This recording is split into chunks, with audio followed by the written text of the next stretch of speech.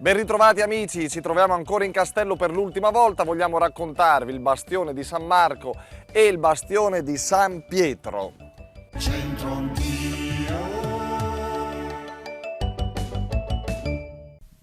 Per accedere al bastione di San Marco è necessario svoltare a destra dopo aver attraversato il portale in ingresso del castello.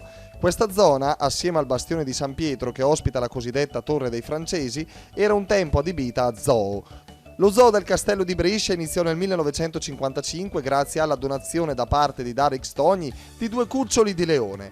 Lo zoo ospitava molti animali, ma sul finire degli anni 70 iniziò la decadenza fino a quando nel 1988 venne chiuso e smantellato.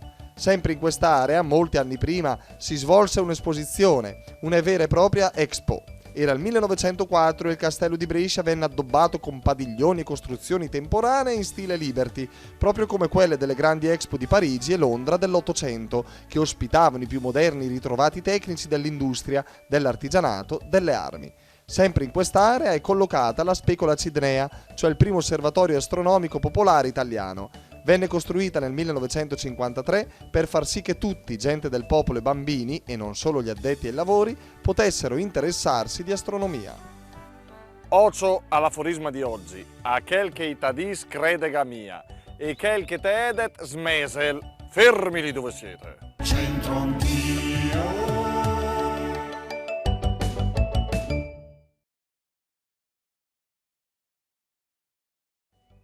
Non mi sono mosso neppure io, aquel che itadis credega mia, e quel che te edet smesel.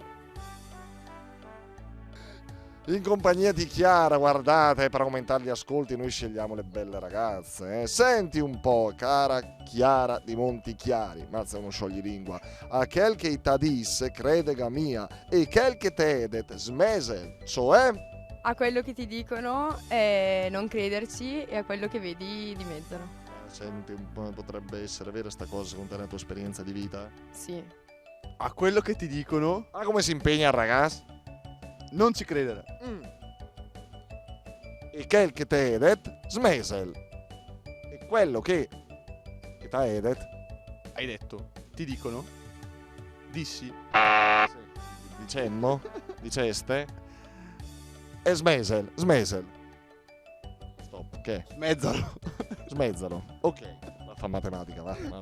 E a quello che ti dicono non crederci e a quello che vedi dimezzalo. Però voglio dire, attenzione perché magari ci sono delle persone che ti dicono la verità. Come fai a capire se dicono davvero la verità o no? Un po' di esperienza, conoscendo le persone, lo si capisce. Si capisce? Sì, sì. Che abbraccia molto questa filosofia di vita. Cioè, vezze, come si fa? Wow. Vedi, siamo giovani entrambi, Davvero, sì, soprattutto Coetanee. tu. Sì, sì, sì, sì. Che significa questo, Anastasia? Allora, quello che ti dicono, credi tipo... Sì, qualcosa, credo, no, non credo, credega mia. Ok, Non credere. non credere. Ma quello che... qualcosa, smezzalo. Quello che qualcosa smezzalo. Esatto, era all'incirca così. È perché all'ultimo periodo di scuola sei molto stanco. Sì, sì, sì, sì, sì, un sacco di studio, cioè capisci che comunque i neuroni, a una vanno. certa, esatto. Devo tradurre? Quel che ti dicono, non crederci, quello che... Vedi, che te quello che... Ah, esatto, smezzalo, cioè... Credici a metà. Sempre va fatto secondo te questo nella vita? No, ogni tanto. A quelli che ti dicono non crederci e quello che ti dicono E quello che te edet, e quello che vedi smesel.